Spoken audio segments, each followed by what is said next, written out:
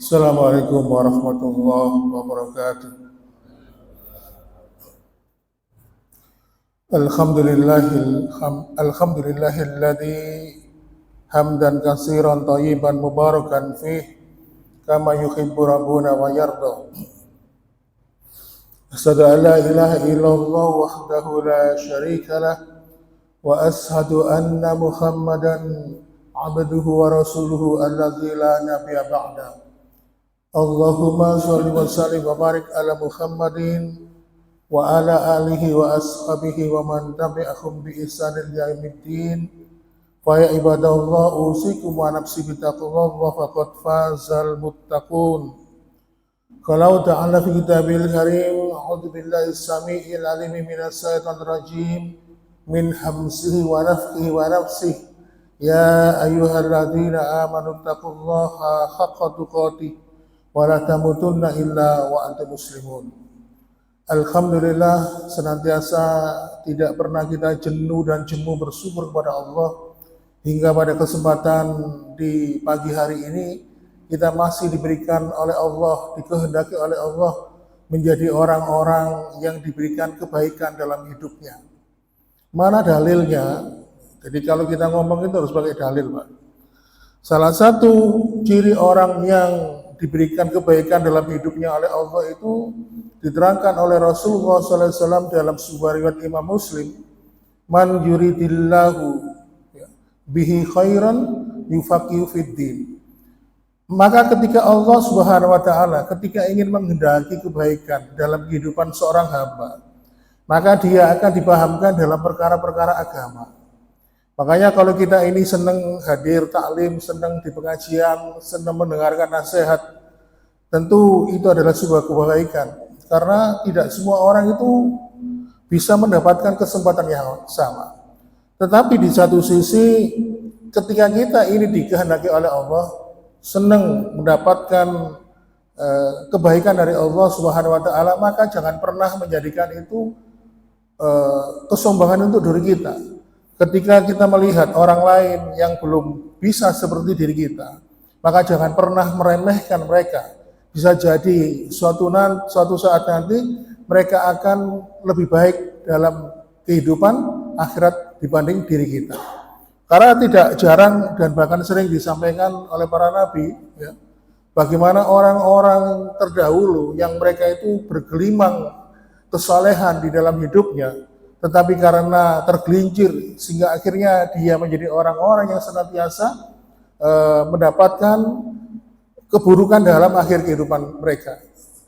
Misalnya dalam kisah kehidupan di zaman Nabi Musa, ada seorang ulama yang tergelincir karena masalah dunia, namanya Bal'am bin Ba'urah, ya. Disebutkan di dalam salah satu ayat di surat Al-A'raf. Jadi Bal'am bin Ba'urah itu punya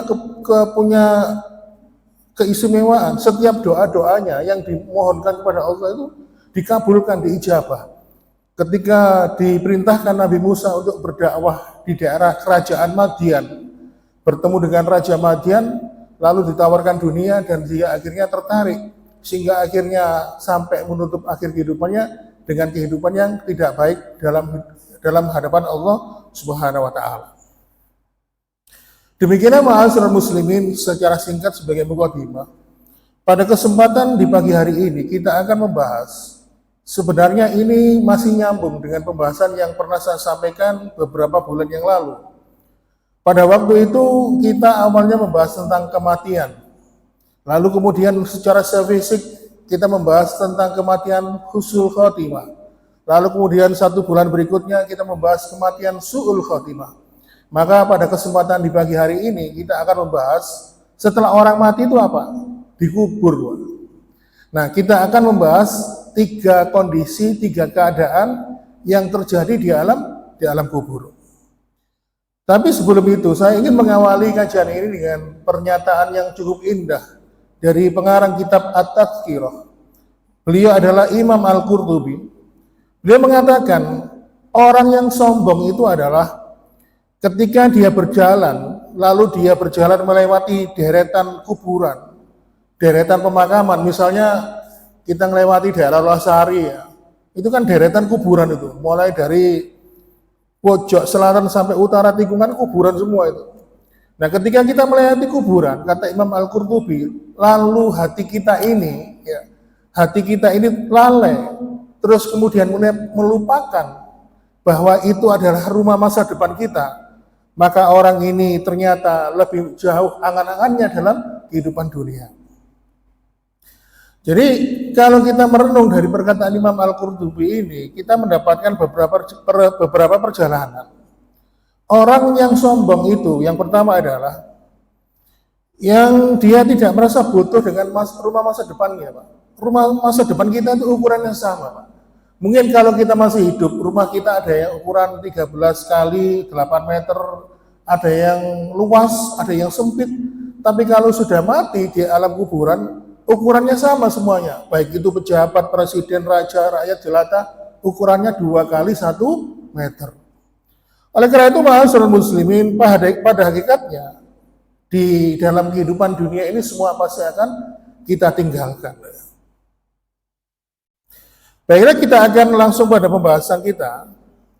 Kenapa kok beberapa pertemuan ini kita membahas kematian? Salah satu dasarnya adalah karena jangan sampai ketika kita hidup di dunia itu lebih ngerti masalah dunia dibandingkan dengan masalah akhirat. Sampai-sampai Allah itu memberikan sindiran di dalam surat Ar-Rum ayat 7. Allah mengatakan, ya'lamu zahiran minal hayatid dunya wa hum 'anil akhirati hum ghafilun. Mereka itu kalau ngomong masalah dunia jelentreh sampai runut urut sampai jelas lu ngerti. Tapi nek masalah bicara akhirat, bicara agama, mereka itu dikatakan oleh Allah ghafilun, mereka itu nggak ngerti apa-apa. Makanya jangan sampai kita ini masuk kategori sebagai orang-orang yang bodoh dalam perkara akhirat. Kenapa? Karena salah satu perkara yang harus kita mengerti itu tentang kematian. Maka ma'asyiral muslimin, kita akan membahas kondisi apa aja yang terjadi di alam kubur. Jadi ada 3 kondisi yang seperti yang pernah kita dengarkan itu, kalau orang di kuburan itu kan ditanya oleh 2 malaikat Munkar dan Nakir. Terus ditanya, ada riwayat mengatakan bertanya tentang 3 pertanyaan. Dalam riwayat yang lain bertanya tentang 4 pertanyaan, dan itu sudah sering disampaikan. Nah, maka kita akan membahas yang mungkin belum pernah tersampaikan atau mungkin belum kita dengar. Yang pertama, kondisi di alam kubur itu adalah fase himpitan atau penyempitan. Siapapun dia, ketika nanti ruhnya diangkat oleh Allah menuju alam barzakh, dia akan melewati sebuah lubang yang sempit. Jadi lubang ini sempit sekali. Sampai lubang itu kalau bagi orang-orang kafir, tulang belulangnya sampai remak karena dihimpit. Tetapi dalam sebuah data yang lain, lubang yang sempit ini bagaikan kalau untuk orang beriman seperti seorang ibu yang memeluk anaknya dengan penuh kasih sayang. Nah, Rasulullah itu pernah menceritakan, memberikan perumpamaan tentang seorang sahabat yang bernama Sa'ad bin Umar. Jadi Sa'ad bin Umar ini seorang sahabat, walaupun dia baru 8 tahun masuk Islam, tapi ketika dia meninggal dunia, arsy-nya Allah itu berguncang, Pak. Langit itu mendung, dan Rasulullah itu melihat Sa'ad bin Umar itu ruhnya dijemput oleh banyak malaikat. Nah, Rasulullah memberikan perumpamaan seperti ini. Kalau ada yang selamat dari himpitan di alam barzakh, maka orang itu adalah Sa'ad bin Mu'adz. Tapi Sa'ad bin Mu'adz pun tidak selamat dari himpitan sempitnya alam barzakh. Jadi Sa'ad bin Mu'adz itu meninggalnya itu sempat menggetarnya arsy-nya Allah. Lalu Rasulullah pun melanjutkan sabdanya, hadzal ladzi taharaqal hul arsy wa hutihat lahu abwabus sama wa syahidahu sab'una alfan minal malaikah laqad dzumma dzummatan summa furija anhu. Nabi mengatakan ketika Sa'ad bin Mu'adz meninggal dunia, Nabi mengatakan bahwasannya arasnya Allah itu bergetar. Lalu kemudian Rasulullah mengatakan wa hutiyat lahu abwabus sama. Ketika Sa'ad bin Mu'adz itu meninggalkan pintu-pintu langit terbuka, maka segera dia disambut oleh para malaikat kedatangannya. Tapi sebelum itu dia melewati sebuah lubang yang sempit. Wa syahidahu sab'una alfan minal malaikah. Dan pintu-pintu langit itu terbuka. Ada 70.000 malaikat yang memberikan opening ceremony, memberikan sambutan kepada Sa'ad bin Mu'adz. Laqad dzumma dzummatan summa furija anhu. Maka ketika ruhnya Sa'ad bin Mu'adz ini menuju alam barzah, maka ruhnya akan melewati sempitnya lubang alam barzah. Dan penyimpitan itu juga dirasakan sangat berat oleh Sa'ad bin Mu'adz. Summa furija anhu, baru setelah itu lubang yang sempit itu baru bisa dilewati, maka sedikit membuka melebar dan akhirnya bisa melewati itu. Nah, ma'asyiral muslimin, ini mungkin belum pernah tersampaikan ya. Makanya di dalam fase kubur itu ada fase himpitan kubur. Setiap orang itu pasti akan merasakan himpitan kuburnya itu. Dan yang memudahkan seseorang bisa melewati fase himpitan kubur ini adalah salah satunya adalah karena amal ibadahnya. Tapi kalau dia itu sering banyak berbuat dosa dan kemaksiatan, dia akan hancur badannya, dihimpit oleh kuburan itu sehingga tulang belulangnya remuk. Dan akhirnya apa? Kesulitan demi kesulitan pada fase-fase berikutnya, dia akan semakin mendapatkan kesulitan. Sebaliknya apabila di alam kubur atau di alam barzah itu, ketika dia mendapati fase penyempitan alam kubur itu, dia mendapatkan kemudahan, maka di fase-fase berikutnya menuju alam akhirat, dia juga akan mendapatkan kemudahan. Jadi kalau kita ini menganggap bahwa orang yang mati itu adalah orang beristirahat, belum tentu, Pak. Kadang-kadang kalau kita melihat ada orang meninggal, kan mesti ada kalimat telah beristirahat dengan tenang, padahal belum tentu. Perjalanan panjangnya baru dimulai ketika dia meninggal. Makanya Rasulullah itu pernah marah ya, ketika ada seorang sahabat yang telah mengatakan kepada Rasulullah, ya Rasulullah, dia telah meninggal dunia dan dia telah beristirahat panjang. Lalu Rasulullah pun menjawab, apakah kamu tahu perjalanan panjang itu bisa jadi perjalanan panjangnya dimulai ketika dia meninggal dunia. Makanya di situ kita mendapatkan sempitnya lubang barzah itu fitrah. Sebagaimana fitrah manusia dulu ketika melewati pintu melahirkan. Setiap manusia yang hidup di dunia itu lewat pintu melahirkan. Melewati lubang yang sempit lewat pintu panggul, Pak. Jadi panggul wanita itu punya mekanisme bisa membuka, bisa menutup. Jadi ketika kepala bayi keluar, maka pintu panggul itu buka gini. Setelah seluruh badan bayi keluar, maka pintu panggul akan menutup. Nah, kalau misalnya manusia itu ya seperti itu fitrahnya. Dulu ketika lahir di dunia melewati proses penyempitan, kadang-kadang karena mungkin saking sempitnya panggul wanita itu, kadang-kadang sampai di forceps, sampai ditarik kepalanya gini, ada yang pakai jalan pintas, dioperasi sesar, dibedah, sehingga dia tidak bisa melewati pintu panggul yang sempit itu. Inilah ma'asyiral muslimin yang pertama. Yang kemudian kondisi alam kubur berikutnya, kata Rasulullah SAW, yaitu bahwa alam barzah, alam kubur itu tempat yang sangat gelap. Jadi alam kubur itu tempat yang sangat gelap, walaupun meninggal di siang hari, ya, tetap alam kubur itu gelap. Dan yang mampu menerangi alam kubur yang gelap itu adalah amal perbuatan kita. Makanya pada suatu ketika Rasulullah itu pernah bertanya, sebelumnya itu kan pernah melihat atau sering melihat seorang wanita tua yang sering nyapu-nyapu di halaman Masjid Nabawi. Lalu Rasulullah mau bertanya, loh, aku kok nggak pernah ketemu wanita itu ya, yang biasanya nyapu-nyapu itu. Lalu di antara para sahabat yang ditanya itu menjawab, loh, beliaunya sudah meninggal ya Rasul. Rasul kaget, loh kenapa kamu kok gak ngasih tahu aku? Ya mungkin karena pikiran sahabat waktu itu, wong tukang sapu ae lah pokok dia dikabarkan kematiannya. Tetapi Rasulullah tidak begitu, dia tidak pernah membedakan hamba Allah, tidak pernah membedakan siapapun, selama dia itu punya kontribusi iman dan takwa kepada Allah, maka Rasulullah menganggap dia itu mulia.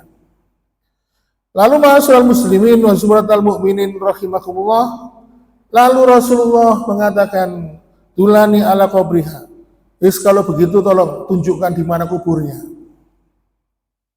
Lalu mereka pun berangkat, ditunjukkanlah lokasi tempat wanita tua yang nyapu-nyapu di halaman Masjid Nabawi ini, ditunjuk ini Rasul makamnya. Lalu Rasulullah SAW pun mensolati jenazah di kuburan itu ya. Lalu kemudian mendoakannya. Lalu Rasulullah mengatakan begini, sesungguhnya kuburan ini awalnya gelap gulita, tapi sholatku dan istighfarku untuk wanita ini akhirnya menjadikan kuburan ini menjadi terang. Kalau saya membaca hadis ini, saya teringat kemarin ketika Ustadz Abdul Qadir bin Jawas meninggal dunia, terus beberapa pelawat yang datang dari luar daerah kan datang, terus mensolati di pemakaman beliau, di kuburan beliau. Terus akhirnya banyak yang protes, loh katanya tidak boleh sholat di kuburan. Nah kenapa kok mereka malah sholat di kuburan? Akhirnya ini menjadi bahan diskusi. Lalu para ulama yang memang sangat memahami ilmu tentang ini, terutama ilmu fikih, mengatakan Rasulullah memang pernah sholat di kuburan, dan ini riwayatnya. Jadi Rasul itu menyolati jenazah atau pemakaman kuburan wanita yang meninggal karena belum sempat nyolati, dan beliau sholat di makamnya. Nah, tapi yang menjadi catatan itu, sholatnya adalah sholat jenazah. Karena apa? Kalau sholat jenazah itu hanya 4 kali takbir, tidak ada rukuk dan tidak ada sujud. Yang dilarang sholat di kuburan itu kalau sholat itu ada sujudnya, ada rukuknya, ya itu tidak boleh. Makanya kalau kita sholat, kita lihat sekarang ini kadang-kadang banyak masjid itu yang di dalam masjid itu ada kuburan ya Pak. Saya itu pernah beberapa kali menjumpai yang selama masjid itu terpisah dengan area pemakaman, mungkin itu dipisah dengan jalan atau dengan tembok, itu nggak masalah. Jadi ini sempat jadi polemik, katanya nggak boleh sholat di kuburan, kok sholat di kuburan. Jadi mengambil dalil seperti ini. Jadi selama sholat itu di kuburan itu adalah sholat jenazah, tidak ada rukuk dan sujud, maka diperbolehkan, dan Rasulullah SAW pernah mencontohkan. Jadi Rasulullah mengatakan sesungguhnya kuburan ini asalnya gelap. Lalu dengan sholatku dan doa yang aku panjatkan untuk wanita ini, maka kuburannya menjadi terang benderang. Ma'asyiral muslimin, dari hadis ini kita menunjukkan kepada kita bahwa kuburan itu gelap sekali, Pak. Makanya Rasulullah SAW itu sering mengatakan sholatmu itu cahaya, puasamu itu cahaya, tilawatil Al-Quran yang kau baca itu cahaya, termasuk sedekahmu itu juga cahaya. Artinya apa? Amal ibadah kita ini akan menjadi cahaya kita nanti dalam alam kubur. Oleh karena itu ma'asyiral muslimin wa suratal mu'minin rahimakumullah, maka sampai Rasulullah itu memberikan gambaran kalau ada sebuah rumah dan rumah itu tidak pernah dibacakan Al-Quran, maka rumah itu seperti kuburan. Makanya ini kalau kita mengambil pemahaman seperti ini, maka kalau kita ambil sebuah istilahnya itu perumpamaan, kalau Rasulullah saja mengatakan kalau rumah itu tidak pernah dibacakan Al-Quran, maka rumah itu seperti kuburan, maka apabila di dalam hati atau dada kita minimal tidak punya hafalan Al-Quran atau minimal tidak pernah membaca Al-Quran, maka hati dan dada manusia itu seperti kuburan. Makanya dulu pernah ada di kota Riyadh ya, ada sebuah pondok pesantren yang khusus hafalan Al-Quran. Riyadh itu salah satu kota besar di Arab Saudi. Ada seorang bapak-bapak laki-laki tua datang ke pondok pesantren itu, kebetulan sedang ada acara halakoh. Jadi berkumpul santrinya mengelilingi ustadznya lalu untuk setoran hafalan. Ditunggu lama, akhirnya sang ustadz atau kepala pondok itu bertanya, "Nun sewu Pak," tentunya pakai bahasa Arab ya. "Nun sewu Pak, jenengan wonten apa mriki?" "Oh, saya kesini ingin belajar membaca Al-Quran dan saya ingin punya cita-cita supaya bisa hafal Al-Quran. Kenapa? Karena saya ingin nanti ketika saya mati di kuburan ada yang menemani saya, yaitu bacaan Al-Quran saya." Lalu melihat fisik beliau yang sudah memutih rambutnya, sudah keriput kulitnya, para santri yang usianya remaja 15 dan sekitar 15 tahun itu terutama cekikikan, "Pak, oh wis tuwek ngono kok kepen ngapal Al-Qur'an yo napa? Logikanya jadi mana? Kita aja ini sungguh berat sekali kalau untuk mau belajar menghafalkan Al-Qur'an." Seakan-akan para santri itu meremehkan. Lalu bapak yang sudah sepuh tadi mengatakan, "Oh iya, memang saya menyadari. Tetapi saya ini sudah bertekad. Saya berdoa kepada Allah untuk menguatkan tekad saya. Saya ingin menghafalkan Al-Quran." Akhirnya diterimalah bapak itu nyantri di situ sebagai santri tertua. Dan alhamdulillah selama 4 tahun beliau akhirnya bisa menuntaskan hafalan Al-Quran. Dan 2 tahun setelah itu beliau meninggal dunia. Dari kisah ini kita bisa mengambil pelajaran. Walaupun Quran itu kadang-kadang mungkin kalau orang Jawa bilang awang-awangan ya, apa yang ngapal Quran awang-awangan, wangel gitu. Jangan pernah menafikan. Kenapa? Karena Al-Quran itu adalah kalamullah, firman-Nya Allah. Allah yang mempunyai Al-Quran, maka kita harus minta izin kepada Allah, "Ya Allah, aku mohon kepadamu, berilah aku memahami Al-Quran. Berikanlah kepadaku ya Allah, agar aku mampu menghafalkan firman-firman-Mu." Maka insya Allah kalau kita ini jujur, niat kita di hadapan Allah pasti akan dimudahkan. Dan para ulama mengatakan surat yang bisa menerangi alam kubur itu nanti adalah surat Al-Baqarah dan Ali Imran. Makanya kalau kita ini ingin menghafalkan Al-Quran, minimal Al-Baqarah sama Ali Imran. Kadang-kadang dorong-dorong sudah, ya apa carane? Wis gak mampu dan sebagainya. Tetapi kita juga harus punya persangkaan baik pada Allah Subhanahu wa taala. Yang kedua gitu tadi. Yang ketiga, kondisi alam kubur yang ketiga adalah bahwa kuburan itu bisa berbicara. Jadi kuburan itu bisa berbicara kepada siapa saja yang dimasukkan ke dalamnya. Jadi nanti kita kalau nanti mati, status kita itu adalah mayit atau jenazah. Ketika dimasukkan ke dalam liang lahat, maka kuburan itu berbicara. Dalilnya mana? Kita ambil dalil secara umum dulu. Jadi bumi ini atau tanah memang akan dijadikan saksi oleh Allah Subhanahu wa taala. Dalilnya secara umum di dalam surat Al-Zalzalah, "Yauma idzin tuhaddisu akhbaraha." Pada hari itu bumi akan menyampaikan semua kejadian atau peristiwa yang terjadi di atasnya. Jadi bumi itu nanti akan dimintai persaksian oleh Allah Subhanahu wa taala. Jadi nanti dalam alam akhirat nanti itu yang akan bersaksi untuk kita itu adalah 4 pihak. Ada 4 pihak yang bersaksi untuk kita. Yang pertama adalah Allah Subhanahu wa taala. Allah akan bersaksi untuk kita. Makanya ada kalimat wa kafa billahi syahida. Maka sebaik-baik saksi adalah Allah Subhanahu wa taala. Kemudian yang kedua yang nanti akan bersaksi untuk kita adalah malaikat. Di dalam surat Qaf ayat 21, Allah menyampaikan waja'at kullu nafsin ma'aha sa'iku wasyahid. Setiap orang akan didampingi oleh seorang malaikat, di mana malaikat itu akan menjadi saksi. Yang kemudian dalam akhirat nanti saksi yang ketiga untuk kita adalah anggota tubuh kita sendiri.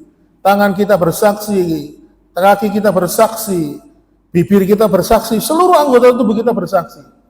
Dan ini disebutkan oleh Allah di dalam surat An-Nur ayat 24, yauma tashhadu alaihim alsinatuhum wa aydihim wa arjuluhum bima kanu ya'malun. Pada hari ketika lidah, tangan dan kaki mereka menjadi saksi atas mereka yang telah mereka kerjakan. Lalu kemudian yang keempat yang akan menjadi saksi kita di akhirat adalah bumi atau tanah yang kita pijak. Makanya kita itu disunahkan ketika habis sholat fardu disuruh pindah, Pak.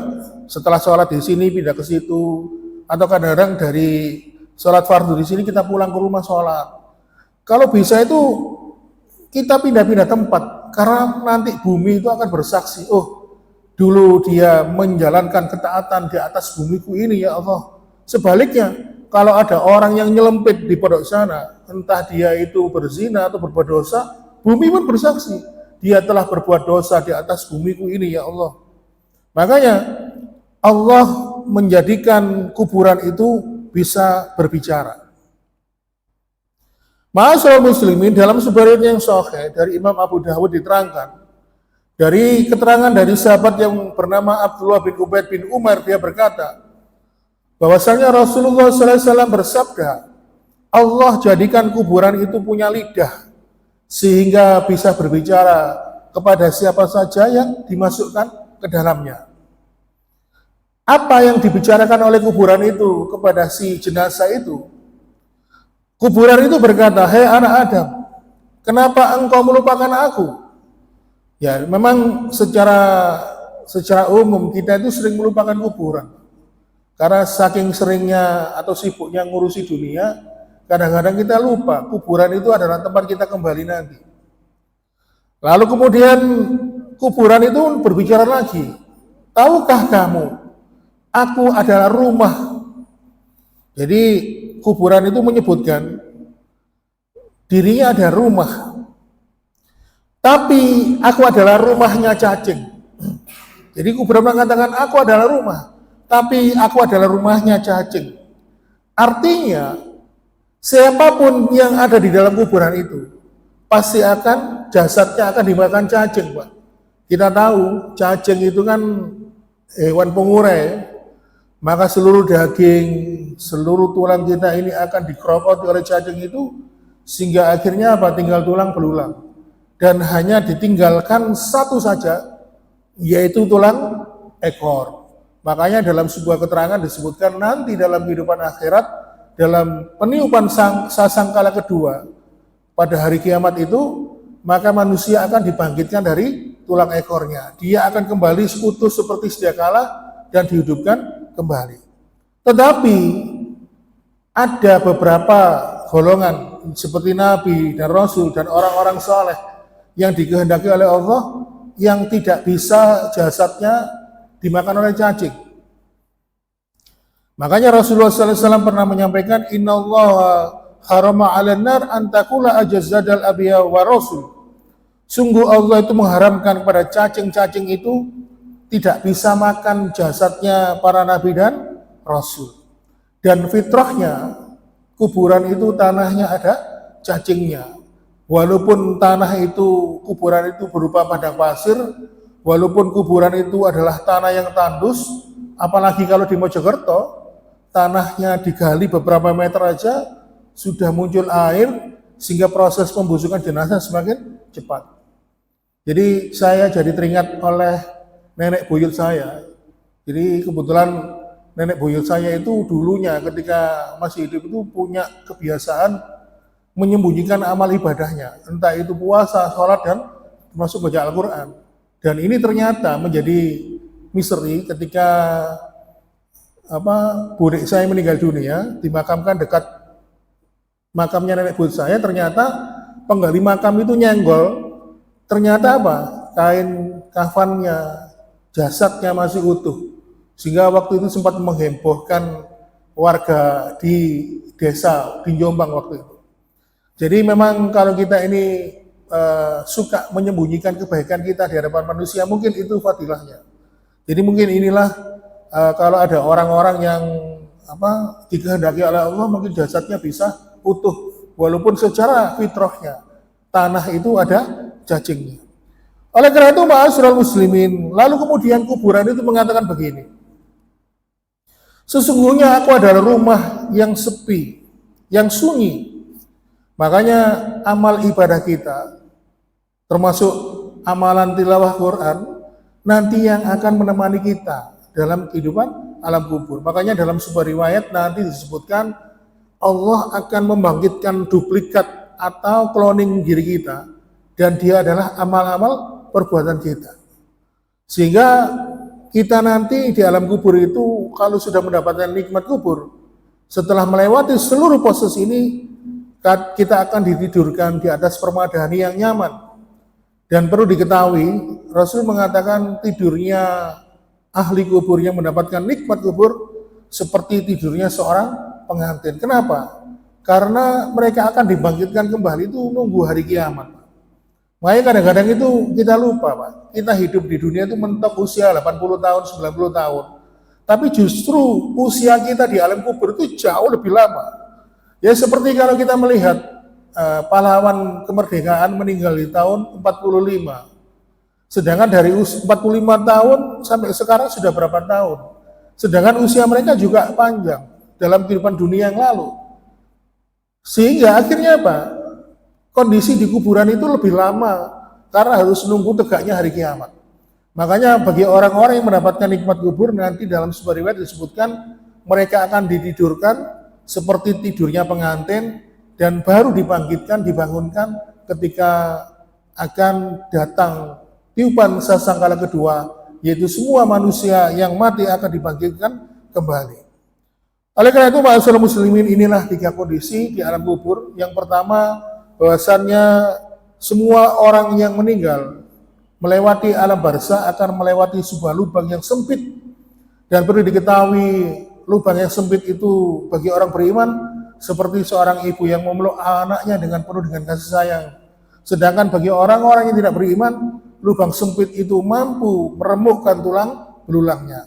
Kemudian yang kedua, kuburan itu adalah tempat yang sangat gelap, dan yang hanya bisa menerangi adalah amal ibadah kita, terutama tilawatil Quran atau mungkin hafalan Al-Quran yang kita punya. Dan yang ketiga, bahwasannya kuburan itu bisa berbicara, sehingga berbicara kepada siapapun yang dimasukkan ke dalamnya.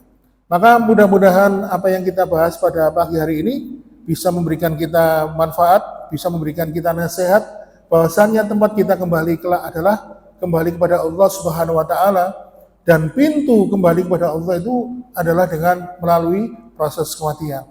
Baiklah, kita tutup dengan doa kafaratul majelis. Subhanakallahumma wa bihamdika asyhadu an la ilaha illa anta astaghfiruka wa atubu ilaik. Wassalamualaikum warahmatullahi wabarakatuh.